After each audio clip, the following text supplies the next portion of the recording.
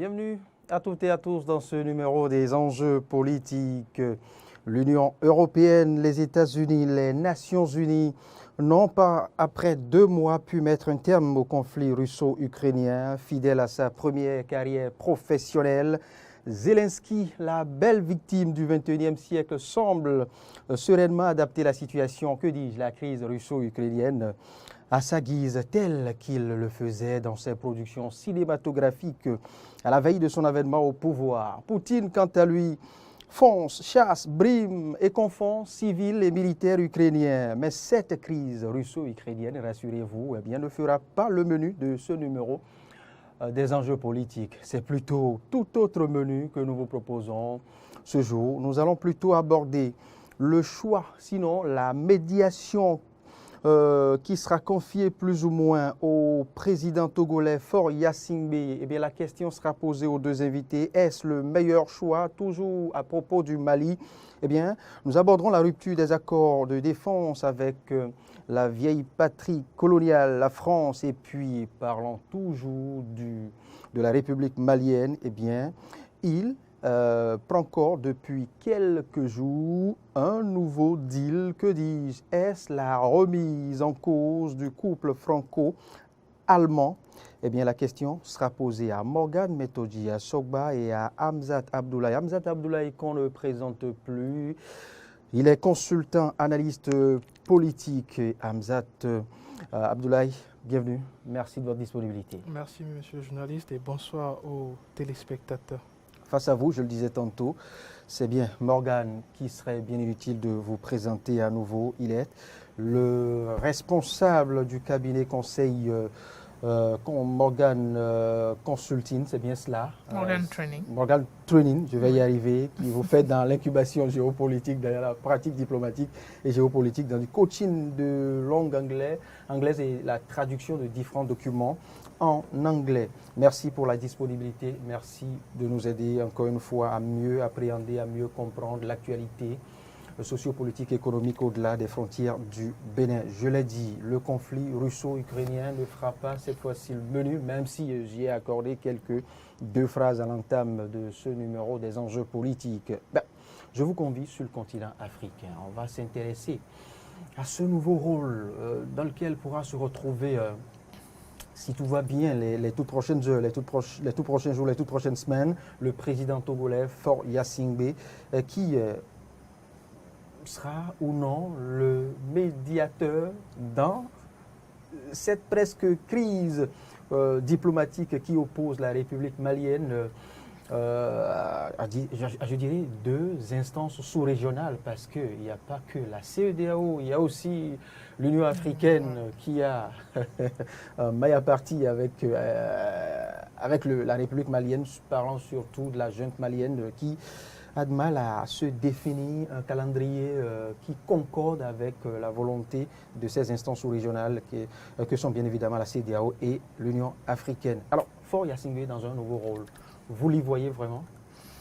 Oui, il ne s'agit pas de vérifier si on voit M. Gnassingbé dans ce rôle. Oui, quand je le dis, vous l'y voyez. Je comprends veux parler parfaitement. De la réussite ou non de cette délicate mission, au fait. Il y a un principe qui est très important lorsqu'on veut parler de médiateur. C'est la capacité de cette personne à pouvoir recevoir la crédibilité des différents partis qui sont protagonistes. Et ici, vous avez d'un côté la junte au Mali, et vous avez de l'autre côté les leaders de la CEDEAO, qui est une institution sous-régionale. Et pour parler de crédibilité, là où la crédibilité semblait être plus ou moins remise en cause, c'était par rapport, c'était du côté de la junte qui ne trouvait pas forcément suffisamment de crédibilité dans le choix du précédent, ou du moins de celui qui est actuellement médiateur, qui est le président Goodluck Jonathan, qui semble avoir rencontré plusieurs... Qui n'est pourtant pas des moindres. Oui, qui semble avoir rencontré plusieurs revers par rapport à cette crise au Mali. Et aujourd'hui, si la partie malienne estime que le président Faure a suffisamment de crédibilité pour pouvoir gérer cette médiation afin qu'elle puisse aboutir, je pense que la CEDEAO ferait un très bon choix en validant cette initiative prise pour que les deux parties aient d'une façon ou d'une autre suffisamment de crédibilité afin de faire avancer cette médiation qui certainement viendra permettre aux parties de s'entendre, puisque lorsque vous regardez la situation et l'avancée des négociations, d'une probable estimation de 5 ans, on se retrouve aujourd'hui déjà à 24 mois du côté de la junte, et la CEDEAO qui continue d'insister sur les 16 mois au maximum. Et donc nous allons voir probablement avec ce rôle de M. Faure ce qui pourrait arriver. Tout compte fait, il a l'aura, il bénéficie de cette aura de crédibilité nécessaire pour pouvoir mener les deux parties à s'entendre sur un deal assez suffisamment réjouissant pour les deux parties. Hamzat Abdoulaye, un tel choix vous convainc-il? Alors, ce choix répond déjà à deux questions, ou plutôt à deux points fondamentaux. Est-ce qu'il a la légitimité ou la légalité? Enfin, est-ce qu'il a les deux aussi parfois, l'un ou l'autre? Mais je pense qu'il a les deux. Enfin, à son niveau, il jouit des deux points. Il a la légalité d'être le médiateur de cette crise à partir du moment où il est chef d'État. Depuis plusieurs années, il jouit d'une certaine expérience sous-régionale de ce que c'est que la résolution des crises interétatiques. En tout cas, il est président de la République du Togo. Et en la matière où, grâce à cette fonction, justement, il peut accéder à ce rôle qu'on veut lui attribuer. L'autre chose, c'est la légitimité. La légitimité prête souvent à confusion. Alors, pour juger sa légitimité, il faudrait savoir, je disais tantôt au début que oui, il a la légitimité, mais si on va au fond du problème ou de la question, la légitimité de Faure est très discutable dans la mesure où quand on prend le président Faure à l'intérieur dans sa gestion de la politique intérieure, dans sa gestion des opposants togolais, eh bien, il est très critiqué. Et bien sûr, cette critique fait en sorte que beaucoup de gens se posent la question, est-ce qu'il a l'étoffe adéquate pour pouvoir mieux gérer cette crise? Enfin, est-ce qu'il a ce plus que Goodluck Jonathan, comme le disait mon confrère dans son introduction? Et là, moi aussi, je suis très dubitatif par rapport à cette légitimité qu'il s'est octroyée, mais qui n'arrive pas à convaincre non seulement la classe politique togolaise déjà, mais ensuite les spécialistes de la question géopolitique qui ne trouvent pas Faure très convaincant. Il n'a pas une expérience convaincante aussi, et son expérience à l'intérieur de son pays aussi n'est pas très rassurante pour espérer un dénouement idoine. Peut-être aussi, et là c'est que je sors de la question, peut-être aussi il y a des voix et des forces qui tirent des ficelles. Donc cela reste à déterminer. Le temps certainement nous aidera à pouvoir déterminer clairement qui sont ceux qui sont derrière. Vous parlez de légitimité, légalité, moi j'y ajouterai de la crédibilité, de Goodluck, Goodluck Jonathan à Faure-Gnassingbé. Qu'est-ce qui n'aurait pas marché pour que l'on soit maintenant tenté de passer, de changer de médiateur? Et quelles sont les chances de la réussite de cette médiation? Enfin, si cela venait à être entériné, cela venait à prendre corps, quelles sont les chances du côté de que cette médiation aboutisse, réussisse et prospère avec Faure-Gnassingbé? Déjà, il faut dire qu'on doit apporter une nuance ici. On ne parlera pas de légitimité par rapport à une médiation. Quand nous voulons parler de médiation, il s'agit de celui-là qui, non seulement regorge de suffisamment de crédibilité à l'endroit des deux parties, et aussi, vous le dites bien, regorge suffisamment de crédibilité à l'endroit des deux parties, et qui aussi soit outillé en matière de statut légal. Et quand on parle de statut légal, mon confrère l'a bien illustré, il fait partie de la CEDEAO, c'est un chef d'État, peu importe qu'il ait l'expérience ou pas, il est un chef d'État et donc je ne peux pas me présenter pour être médiateur, à moins que cela soit désigné par l'institution. Comme on le dit, il remplit les conditions, il a le profil sur papier. Le profil sur papier. Et maintenant, le profil sur papier n'est pas souvent suffisant. Et même l'expérience, souvent, n'est pas toujours suffisant. Parce que vous pouvez avoir l'expérience de la résolution de conflits et de crises et ne pas avoir la crédibilité à l'endroit d'une des parties. C'est suffisant pour que vous ne soyez pas... En fait, c'est un critère fondamental. Le critère fondamental, c'est que chacune des parties trouve en vous suffisamment de crédibilité pour vous confier la gestion de la médiation, afin que tout ce qui pourrait sortir comme résultat de cette médiation, qu'on ne puisse pas parler du caractère, comme on le dit en anglais, bias, de cette médiation. Et ici, vous avez Monsieur Faure qui est choisi, du moins, par la junte. La junte qui, tout au long de la médiation conduite par le président, l'ancien président Goodluck Jonathan, n'était pas forcément tourné vers la crédibilité de cet acteur de médiation. Oui, puisqu'il est allé, il y a eu des situations où le président Jonathan, l'ancien président Jonathan a carrément été... je ne vais pas dire renvoyé, mais il n'était pas forcément bienvenu au Mali. On a connu cet état des choses. Et il ne s'agissait pas juste des leaders de la junte, mais aussi d'une partie de l'opinion sociale et civile du Mali par rapport à sa crédibilité, à sa capacité à pouvoir gérer la crise, la médiation de la crise au Mali.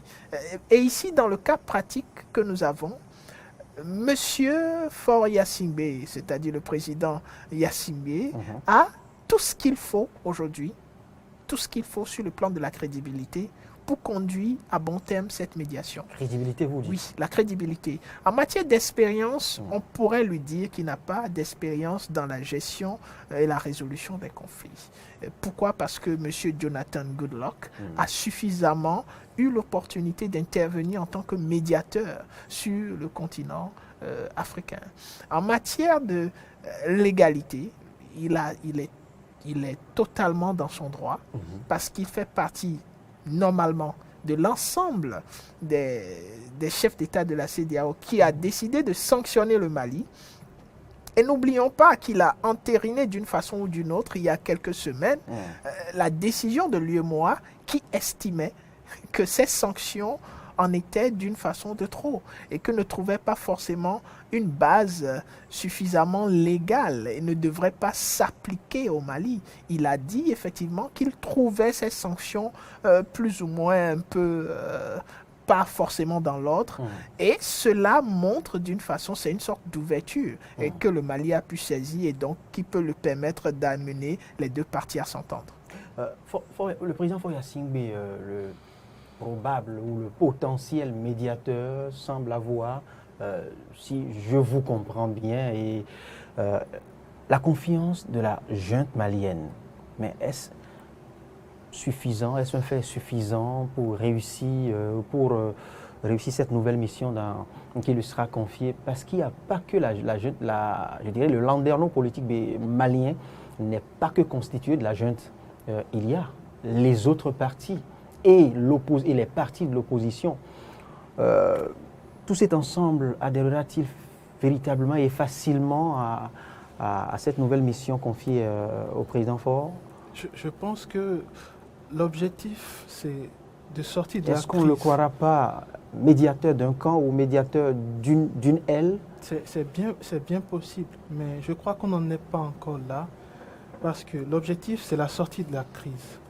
Et quand on parle de crise, c'est qu'on ne sait pas quand est-ce qu'on pourrait en sortir.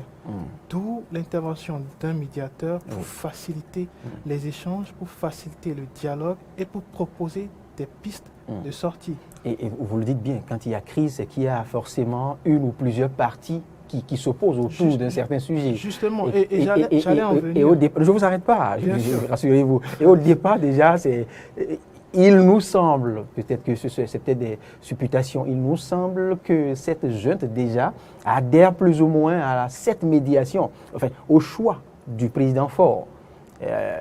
Cette adhésion ne pourra-t-elle pas en ajouter peut-être, je ne sais pas, à l'image ou à la valeur de cette médiation? Je vois le sens de votre interrogation qui est un peu une inquiétude. Mais comme je le disais, il y a crise.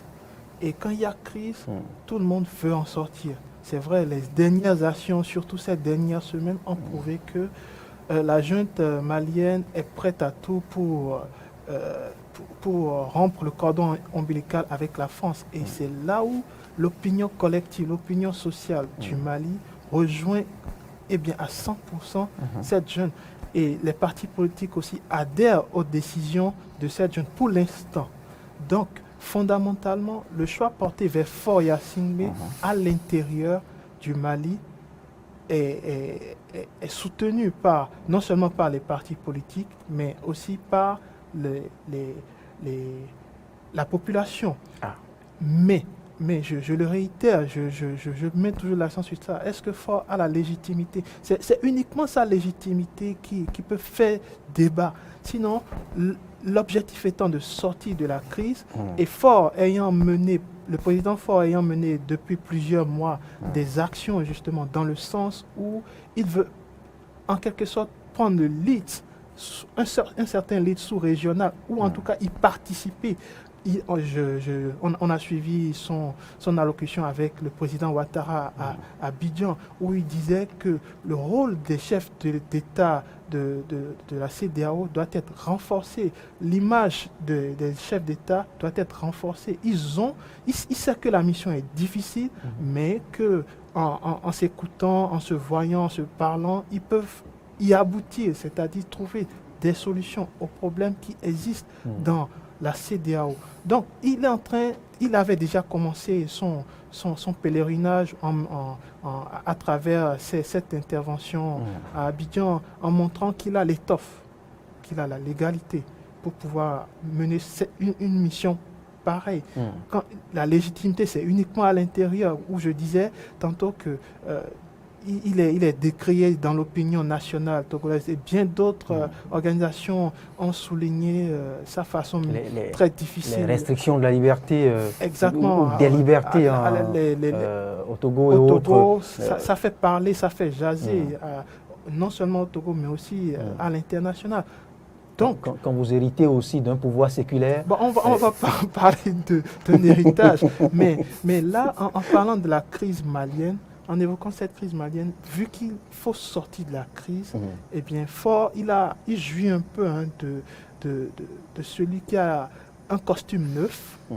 Et ça aussi, ça peut être... Le médiateur neuf. Il est neuf, c'est-à-dire sur l'échiquier...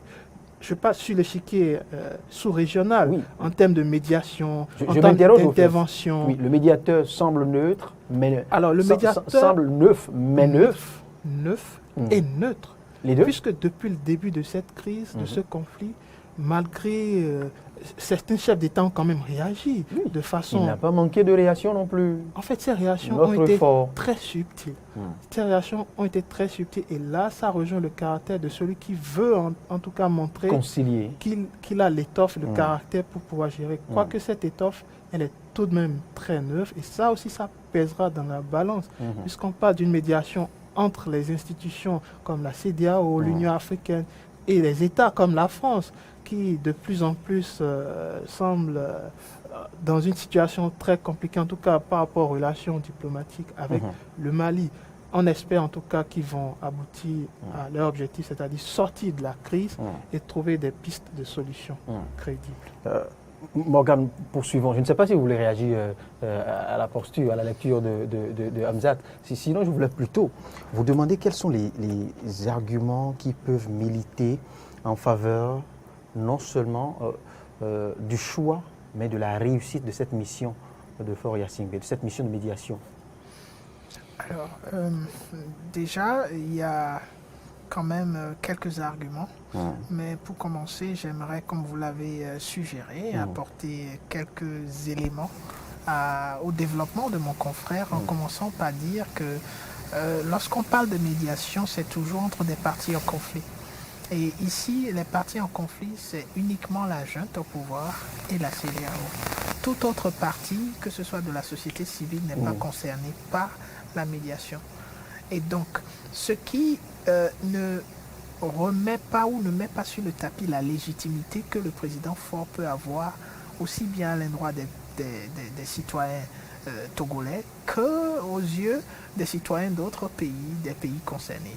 Ce qui importe ici, c'est sa capacité à pouvoir permettre aux deux parties en conflit de s'asseoir et de s'entendre sur une résolution. Parce que, quelle que soit la résolution qui va sortir de l'entente des deux parties en conflit, par sa médiation, cette résolution sera applicable et appliquée. Que cela rejoigne le bon sentiment des citoyens dans chacun des pays concernés ou pas. Puisqu'ici, ce dont il est question, c'est les acteurs majeurs de ce conflit. Et pour revenir à la question par rapport aux arguments qui pourraient permettre à M. Yassine Bey de réussir, vous avez l'argument déjà du temps. Le temps, dans quelle mesure ces sanctions pèsent sur le Mali depuis un bon moment déjà. Et il ne s'agit pas juste du Mali qui soit concerné, il s'agit de plusieurs pays de la sous-région qui sont concernés parce qu'ils ont des pertes considérables. Et au nombre de ces pays vient en tête le Sénégal, dont les échanges économiques avec le Mali ont officiellement été coupés et constituent une perte en plusieurs milliards pour le Sénégal. Ça, ce n'est que pour citer le cas du Sénégal. Mais il y a plusieurs pays de la sous-région qui, a priori, avaient déjà des échanges, des flux d'échanges économiques donnés. Et depuis tout ce temps que les sanctions pèsent sur le Mali, ces pays sont privés de ces entrées qui, d'une façon ou d'une autre, contribuaient aussi au fonctionnement de leur budget. Et donc, le temps a joué un rôle qui fait que les parties concernées, que ce soit du côté du Mali ou des pays membres de la CEDEAO, ont besoin qu'on trouve un deal favorable à tout le monde. Il y a le facteur juridique. Facteur juridique dans le sens où les sanctions qui ont été prises à l'encontre du Mali sur le plan juridique international semblent ne pas aller dans le sens du droit. Semble, puisque nous avons l'UMOA qui s'est prononcé. Et ce qui est dit, c'est que de pareilles sanctions ne devraient pas être prises. Et donc, sur le plan juridique, il y a quand même des éléments qui peuvent favoriser le succès de M. Faure. Et maintenant, nous allons parler du plan politique. Le plan politique, c'est par rapport aux différents États concernés et par rapport à la politique d'intégration adoptée par la CEDEAO. La CEDEAO vise une intégration. Et ce à quoi nous assistons lorsqu'on regarde les sanctions et on regarde les différents pays concernés, parce qu'il n'y a pas que le Mali aujourd'hui, c'est qu'il y a, qu'on le veuille ou non, un processus de désintégration qui semble s'installer. Même si on ne va pas se permettre de l'éteigner de façon grandiose, il y a quand même un processus de désintégration qui est en train de s'installer et qui est contraire à la notion d'intégration régionale que prônent les chefs d'État dans leur politique sous-régionale. Et donc tous ces éléments ayant reçu des coups, que ce soit politiques, économiques et juridiques, il y a tellement d'éléments qui favorisent aujourd'hui qu'on aboutisse à un deal. Surtout lorsqu'on regarde la durée et les différents impacts qu'a eu l'ensemble de ces sanctions sur la vie dans l'espace de la sous-région. Pas seulement au Mali, mais dans l'espace de la sous-région. Et on espère que cela peut servir, parce qu'un deal avec le Mali va inspirer probablement des deals avec les autres pays, la Guinée, le Burkina Faso. Parce que tout a commencé avec le Mali. Et ensuite, on a vu la Guinée. Et aujourd'hui, nous sommes à 3 États dans la sous-région qui semblent se porter en contradiction par rapport aux différentes approches de gestion de la chose publique vis-à-vis de la CEDEAO qui est censée être une instance qui donne le modèle de gestion de la chose publique à suivre pour chaque État membre de cette institution sous-régionale. Merci Morgan. Hamzat Abdoulaye, si le nouveau médiateur venait à réussir sa mission, quelles seraient les perspectives d'un retour à l'ordre constitutionnel au Mali? Déjà, s'il réussit, je pense que sur la ligne des objectifs, c'est le premier point fondamental qu'il faut atteindre, qu'il faut régler, le retour à l'ordre constitutionnel. Mais comment ça va se faire? Ça reste un travail très compliqué dans la mesure où la junte malienne réclame du temps, beaucoup de temps. Et visiblement, le temps qu'ils ont ne leur permet pas de remettre ou de redistribuer les cartes à l'intérieur. Et à cela s'ajoutent aussi les différentes ruptures qu'ils ont eu à gérer, notamment avec la France, qui est très, très, très important. Et je pense que tout ceci nécessitera beaucoup de temps. Et ils évoquent 24 mois, mais avec la présentation de l'échiquier au Mali et dans la sous-région aujourd'hui, je pense qu'on pourrait aller au-delà de ces 24 mois pour justement le retour de cet ordre constitutionnel. Et retour d'ordre constitutionnel voudrait dire aussi que cette junte est censée disparaître de l'échiquier politique malien. Donc, comment ça va se faire? Parce qu'elle n'y avait pas sa place, en griffe. Si, l'armée a toujours eu sa place au sein du fonctionnement politique au Mali, enfin d'une façon ou d'une autre. L'armée se fraye. L'armée a toujours tenté de se frayer un chemin, en tout cas quand il s'agissait de politique au Mali. Mais aujourd'hui, ils sont la minorité visible. En tout cas, aujourd'hui, ils sont la minorité visible au Mali. Ce sont eux qui gouvernent, ce sont eux qui détiennent les clés de la gouvernance au Mali. Et un retour à l'ordre constitutionnel voudrait dire qu'ils vont disparaître. Donc, c'est leur rôle de pouvoir bien négocier, de pouvoir faire en sorte que ce deal, qui deviendra un New Deal, soit un deal très solide qui ne va pas déjà les impacter dans le moyen ou le long terme. À titre personnel, ils ne devraient pas être impactés. Mais il faudrait aussi savoir ou essayer de comprendre si le rôle du médiateur va uniquement se lier au dialogue entre les institutions, parce qu'il ne s'agira pas que de la CEDEAO, entre les institutions. Et est-ce que ce rôle du médiateur va justement permettre de régler le problème malien? Parce qu'il ne faut pas oublier que tout ceci a commencé avec le problème malien, une crise politique, une grosse fracture politique à l'intérieur du Mali qui a conduit aujourd'hui à là où nous en sommes. Donc, oui, le médiateur va jouer son rôle. Il va certainement trouver des résolutions, en tout cas proposer des résolutions entre les partis, entre la junte et la CEDEAO, d'une part, entre la junte, l'Union africaine et les autres institutions, d'autre part. Et son rôle ne va pas se limiter à ça. Puisqu'il a pris ce rôle, il assume ce rôle, il doit aller jusqu'au bout. Cela voudrait dire quoi?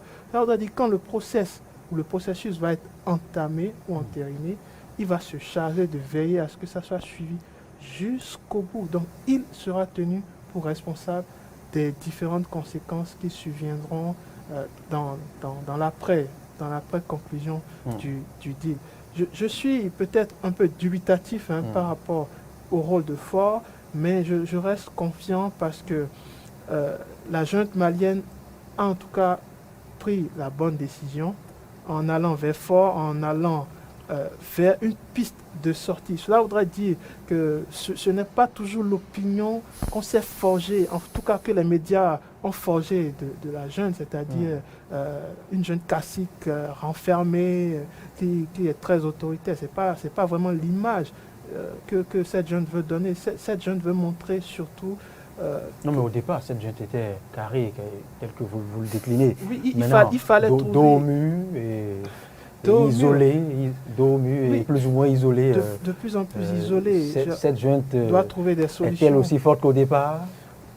En tout cas, on est dans un schéma où la junte est forte, reste forte. a le contrôle des institutions, et ça c'est très important. Oui. Maintenir ce contrôle leur permet de détenir la force sur le court Oui, terme en oui, tout cas. cette force interne s'exprime-t-elle au-delà des frontières maliennes? C'est là la grosse question. Je reviens à vous, Morgan, avec la même question. L'après-médiation, j'entrevois, je reste très positif optimiste vis-à-vis de cette médiation. Et l'après-médiation, comment l'entrevoir? Oui, l'après-médiation, déjà tout de suite, doit être gérée par les parties qui semblent être en conflit, de commun accord. Et cela va s'entendre sur le deal. Le deal dira comment est-ce que l'après-médiation doit se gérer, puisque le deal dira, vous allez faire peut-être 16 mois ou 24 mois finalement. Ou plus. Ou non, pas plus. Pas plus, pourquoi? Parce que c'est le plus qui a posé le conflit. Oui, mais Et le plus était plus de 24 mois. oui, On mais parlait ils en sont arrivés maintenant à 24. à 24, Je pense c'est-à-dire que- ils ont réduit Mhm. leurs prétentions. Et ils ont Va-t-on certainement leur en exiger davantage? ce qui serait vraiment compliqué, puisque de l'autre côté, la CEDEAO exige 16 mois, qui était d'abord au départ, la CEDEAO demandait 1 an. 1 an, ça fait dans les 12 mois. Et après, ils sont arrivés à 16 mois. Et je pense qu'il y a possibilité de trouver un deal. Et le deal peut se retrouver à mi-chemin entre 24 et 16. Certains parlent de 18, comme c'était au départ. D'autres parlent de 20. Peu importe ce qui va se décider, on aura quand même un accord. Maintenant, la réduction du temps impliquera forcément une participation donnée. Une participation donnée qui peut être estimée en participation par rapport aux forces armées, participation par rapport au financement. Et donc, la CEDEAO devra prendre des engagements qui vont certainement permettre à la junte de pouvoir conduire le processus à terme en fonction des différentes spécifications. Et c'est là où la mise en œuvre du deal trouve toute sa priorité. Parce que si la mise en œuvre du deal n'est pas faite en conformité avec les clauses qui seront décidées, on peut aussi s'attendre à une après-médiation qui ne soit pas forcément conforme aux clauses de la médiation. Parce qu'on parle de cas de rebus sic stantibus, où peut-être on se retrouve face à une situation où on ne peut plus, les conditions qui ont permis de s'entendre sur les clauses du deal n'existent plus. Il y a un changement majeur qui fait qu'on ne peut plus respecter forcément les clauses du partenariat ou de l'accord. Ou on peut se retrouver dans une situation où il y a rupture de l'effet synalagmatique de l'accord. C'est-à-dire que l'une des parties, à un moment donné, n'honore pas à son engagement.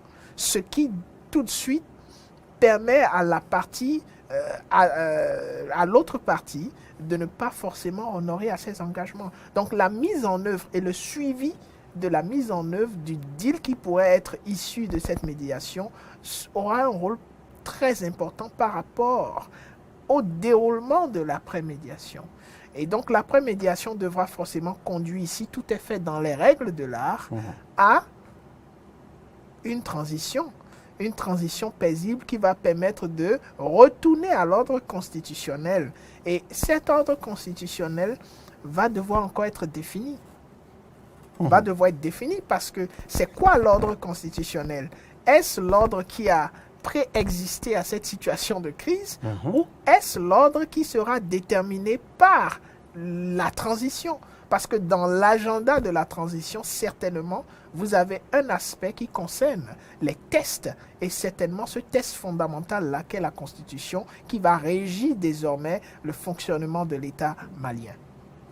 Oui, de vos différents exposés, il transparaît depuis plusieurs semaines déjà même qu'il y a une volonté ferme des instances sous-régionales de vouloir coûte que coûte réduire la période de transition. Mais est-ce qu'il suffit résolument de réduire c'est à croire que la réduction de la période de transition est une réussite de cette transition, à en croire la posture des instances sous-régionales telles la CEDEAO et autres, et même au plan international. Maintenant, ces instances sous-régionales semblent oublier ou certains facteurs semblent leur échapper. Parce que dans le cadre spécifique de la gestion de conflits, dans le cas spécifique du Mali, il y a plusieurs facteurs qui entrent en jeu. Il y a qu'il faille actualiser les bases de données, définir un calendrier électoral, prendre en considération l'autre grand acteur négatif qu'est le terrorisme. Autant de facteurs à prendre en considération, autant de facteurs qui peuvent, je ne sais pas, rendre élastique ou ne pas faciliter cette réduction de la période de transition. Ce n'est pas pour disculper la clique à Goïta, mais je me dis qu'il faille prendre en considération tous ces volets avant d'en exiger forcément à chaque junte de réduire, de vite libérer le pouvoir, de revenir à l'ordre constitutionnel. Moi j'abonde dans votre sens, dans la mesure où les institutions telles que les institutions régionales telles que la CEDEAO, l'Union africaine, dès qu'il y a problème, dès qu'il y a renversement de l'ordre constitutionnel, bien sûr, bombe le torse, médecin après la mort, pour imposer des ça, elles savent bien y jouer. Ils savent très bien jouer ce rôle. Alors que parfois, les problèmes avaient déjà commencé, puisqu'il n'y a pas de fumée sans feu, ou le contraire. Donc, les problèmes existent, mais c'est triste, ou c'est parfois surprenant que quand il y a des problèmes, au début, on ne les voit pas, mais on les voit à la fin des problèmes. Donc, ça pose un gros problème. Et ça, c'est le premier gros problème. Le deuxième gros problème rejoint votre inquiétude. C'est dire que les institutions ne mesurent pas forcément la gravité des situations à l'intérieur des États.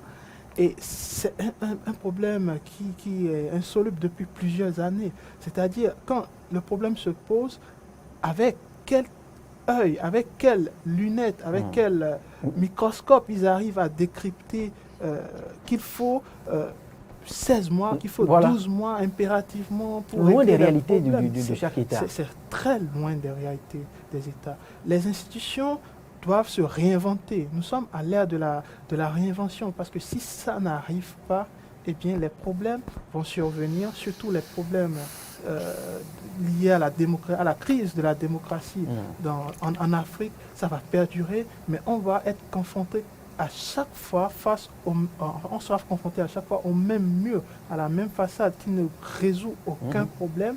Et quand on fait une projection sur la Guinée à côté ou sur le Burkina Faso à côté, eh bien on se rend compte que c'est le même problème qui est transposé d'un État à l'autre et qu'en face, les institutions ne proposent que les mêmes choses. Vous avez telle période, tant que vous ne revenez pas à l'ordre constitutionnel, eh bien nous on va continuer de vous sanctionner. C'est à croire que celui qui détient le marteau pense que tous les problèmes sont comme des clous. À chaque fois, ils font que taper dessus. Donc ça ne résout pas le problème. Appliquer les choses ou aller dans ce sens, ça ne résout pas les problèmes. Mais aussi, il faut rester dans le juste milieu. Il y a un problème, il y a une crise au Mali. Et il faut penser aussi à la population qui souffre des sanctions, qui souffre du défi ou de la crise sécuritaire aussi. Donc, il faut penser aussi à tous ces facteurs pour accélérer le processus. Et je pense que la junte malienne, quelque part, se rend compte aussi que la population, plus le temps passe, et bien plus cette population va se mettre à gronder.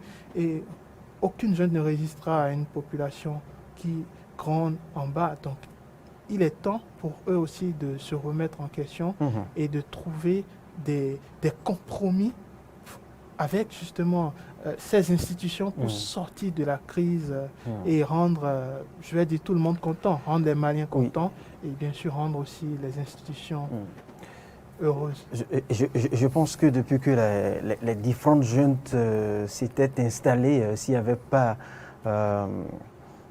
cette épée de Damoclès ou cette sorte de distraction sous couvert des sanctions et autres, eh bien, elle se serait prononcée beaucoup plus aisément. C'est vrai que Morgan nous dira tout à l'heure que ces instances sous-régionales jouent très bien leur rôle.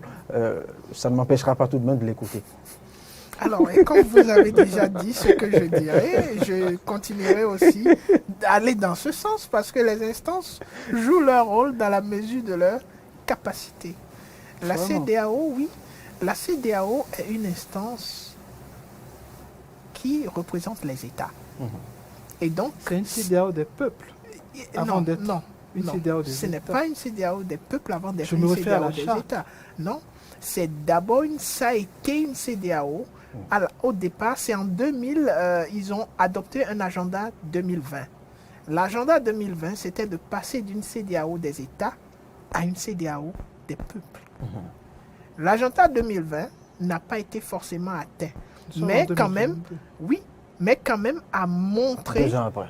à montrer la tendance qui est de vouloir faire en sorte qu'on puisse parler aujourd'hui, qu'on tienne compte des aspirations des peuples dans la conception et la mise en œuvre de tous les projets de la CEDEAO. Une sorte d'échec. Hein. Donc, non, ça dépend de ce que vous voulez voir lorsque vous parlez d'échec. Pour une institution qui au départ n'était que dans une dynamique économique, qui est passée par la suite dans une dynamique politique et qui décide maintenant aussi d'aborder l'aspect social et culturel de l'intégration régionale, parce qu'une intégration, c'est un processus. Donc, ce qui me permet de dire que la CEDEAO fonctionne avec les armes qu'elle a à sa disposition, et ces armes ne sont que les tests et le pouvoir que chaque État décide de donner à cette institution. Et donc, tout de suite, on a ce problème-là. Maintenant, par rapport à la vision qui est de passer d'une CEDEAO des États à une CEDEAO des peuples, on constate que la vision est très loin d'être, sinon l'objectif est très loin d'être atteint.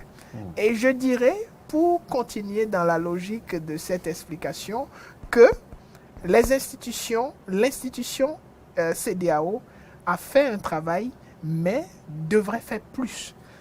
Parce que le rôle, c'est d'accompagner les États qui semblent être instables à devenir stables. Et vous ne pouvez pas accompagner un État dans cette perspective sans avoir pris, ou du moins sans avoir tenu compte du diagnostic qui a été posé. Et ici, nous sommes dans un diagnostic qui doit être interne à chaque État. Le Mali l'a fait et a dit qu'il fallait au moins entre 6 mois et 5 ans à la suite de leur assise nationale pour que la transition soit effective. Maintenant, ça, c'est ce qu'on nous a dit. Et je rejoins l'inquiétude de M. Davor parce que on semble mettre le focus sur la durée sans tenir compte du contenu, c'est-à-dire du travail à faire. Lorsque vous demandez à quelqu'un ou à une entreprise prestataire de services de faire un travail qui doit se faire en 2 ans, de le faire en 1 mois, vous devez normalement être prêt à savoir que le travail peut être bâclé. Bien sûr, du saupoudrage. Et nous avons connu cette procédure-là déjà dans l'histoire politique du Mali, où ce n'est pas la première expérience. Il y a eu des situations de coup d'État, il y a eu des périodes de transition qui ont été imposées, et on a vu que comme résultat, c'est-à-dire parlant de l'expérience, cela n'a pas forcément abouti. Et ici, nous sommes dans une nouvelle dynamique, et on se demande pourquoi est-ce que la CEDEAO n'est pas dans l'accompagnement de cette nouvelle dynamique. Ils doivent savoir ce pourquoi ils le font, et on sait qu'ils ont des experts. On aimerait bien que ces experts, aussi bien du Mali que de la CEDEAO, viennent quand même nous exposer le contenu du travail à faire, et qu'on puisse apprécier la valeur du temps avec eux. Oui. Est-ce qu'on n'est pas en droit de se poser une dernière question à forte dose polémique? Est-ce que les transitions précoces n'arrangeraient pas au finish ces instances sous-régionales, quitte à maintenir le statu quo? Qui prend? Alors, je vais me permettre de dire que la question que vous posez tombe et nourrit ce qu'on appelle la théorie de la conspiration, conspiracy theory, qui veut, et qui a tout son sens, lorsqu'on on apporte un regard de plus près, qui veut que les systèmes créent des situations pour pouvoir permettre au système de continuer à fonctionner et dans l'objectif de ses intérêts. On se poserait donc directement la question de savoir à qui profite une continuité dans l'instabilité du Mali. Et on pourrait aussi se poser la question de savoir comment telle institution est financée. Et cela va nous faire voir la chose totalement autrement. Et on pourrait se permettre de dire, est-ce que ces institutions n'ont pas forcément intérêt, pas comme cela est décrit, parce que la CEDEAO est considérée comme une institution qui fait la promotion de la stabilité économique, politique et culturelle, sociale de la sous-région. Et donc n'a aucun intérêt à voir un pays de la CEDEAO en instabilité. Mais peut-être derrière, il y a des personnes ou des institutions qui tirent des ficelles que nous ne connaissons pas. Justement, parce que c'est pour cette simple raison que je n'allais pas me risquer à répondre, parce que il y a problème. Et en tout cas, les gens font ce qu'ils peuvent pour que certaines choses soient décantées, même si... Le font-ils vraiment? Nous n'y sommes pas vraiment, nous n'y sommes pas du tout. Restons toujours au Mali. Cette république s'est en griffe définitivement sevrée de la mère nation, de la mère colonisatrice. Je veux parler justement des clauses de coopération militaire et autres. Je pense que c'est désormais dans le dos du Mali. Alors, oui, le Mali, ou plutôt le pouvoir malien, le nouveau pouvoir malien, parce que le terme junte aussi, pour moi, ça n'a pas une suffisance juridique. Hein. Je pense qu'à force de parler de junte, eh bien, on stigmatise un peu ces gouvernants. Mais aujourd'hui, ils sont dans une posture où on fera le débat autour du concept plus tard. On va le faire, bien sûr. Mais ils sont dans une posture où il faut rompre avec le passé, avec tout ce qui n'a pas abouti. Parce que rendez-vous compte, les Français étaient entrés à Bamako dans la posture, dans la veste du sauveur, avec une foule très enthousiaste par rapport à la mission que l'armée française était censée en tout cas régler. Donc, ils se sont, enfin, on ne va pas revenir sur l'histoire, mais et aux toutes premières heures, cette mission a semblé réussie. Oui, aux toutes premières heures, parce qu'il y avait, je ne sais pas, un effet psychologique qui a dopé un peu la réalité de ce que la France pouvait réellement faire sur le terrain. Parce que la réalité, c'est que le Mali était dans un besoin clair. Le Mali était face à un défi sécuritaire bien précis. Et l'arrivée de la France les a rendus enthousiastes, évidemment. Ça, c'était les premières heures. Aujourd'hui, le bilan, c'est que ça n'a pas résolu le problème, parce que le problème perdu est pire. Le problème s'est étendu dans des espaces qui auparavant étaient quand même contrôlés par l'État central. Donc aujourd'hui, il n'y a plus d'État en tant que tel, puisque c'est une jeune... On reviendra, comme vous l'avez dit, sur le propos.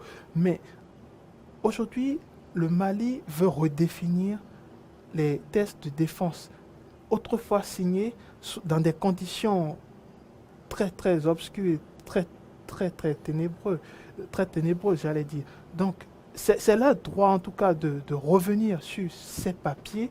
C'est le droit des Maliens de pouvoir savoir qui sont ceux qui... Il y a quand même un cadre juridique pour faire, oui, justement. Pour modifier les clauses d'un contrat. Tout le monde sait comment cela se fait. Cela ne se décide pas unilatéralement. Bien sûr. Là, le débat n'est pas là, je vous laisse bien sûr, le débat n'est pas là, mais nous sommes aujourd'hui face à un gouvernement, à une junte qui contrôle les tests, qui contrôlent la loi. Qui fait la loi? C'est les hommes qui font la loi.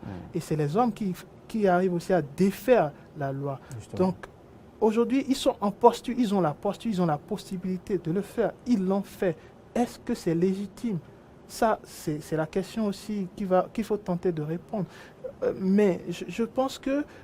on peut peut-être dire qu'ils ont le droit de le faire, mais... Ils ont la légitimité. De cette manière, de cette manière aussi brusque et brute. À partir du moment où il y a le danger, à partir du moment où le danger il est permanent, eh bien, ils sont en mesure de le faire pour trouver des solutions claires et précises dans le court terme, dans le moyen et dans le long terme.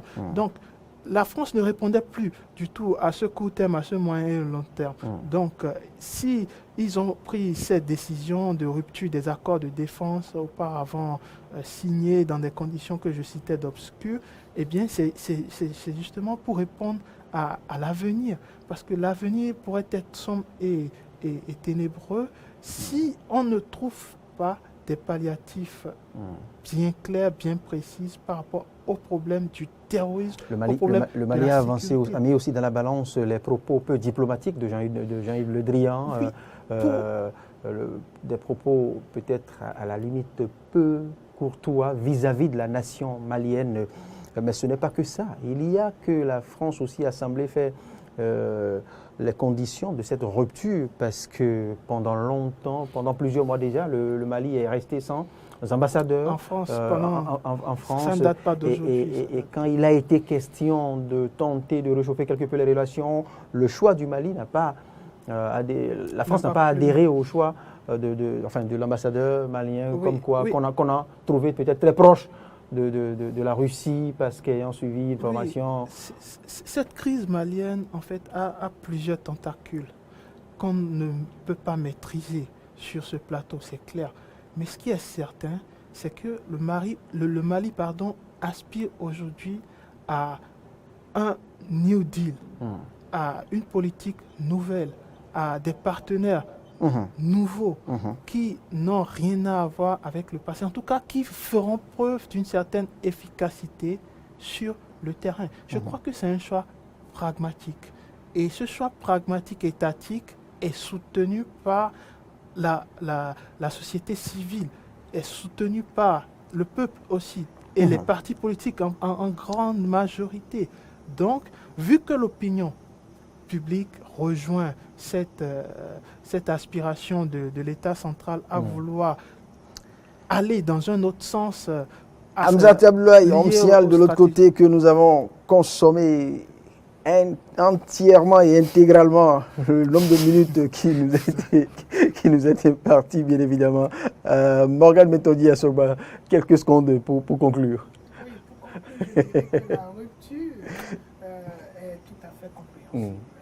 Et il y a des modes, chaque accord contient en lui-même les modes de rupture.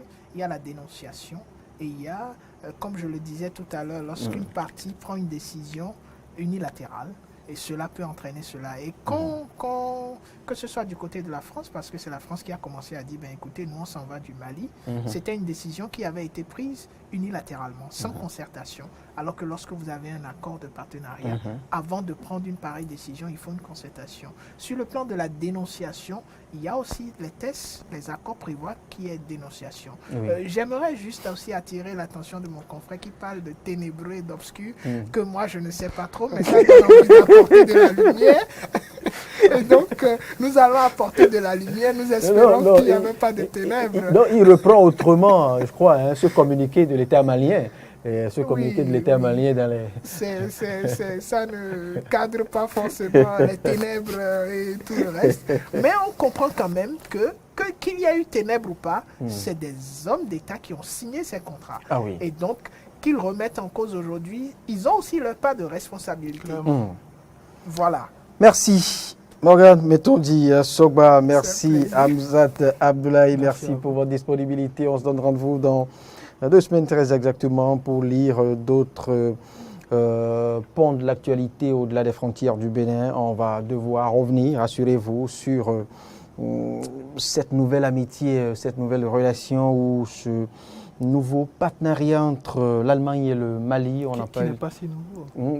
Oui, je dirais peut-être le réchauffement d'un vieux, de vieilles clauses peut-être. On va en parler.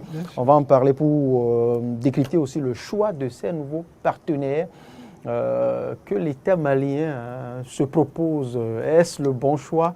On va se poser encore cette question la prochaine fois. Merci, bon retour à vous et très bonne suite de programme sur Eden TV.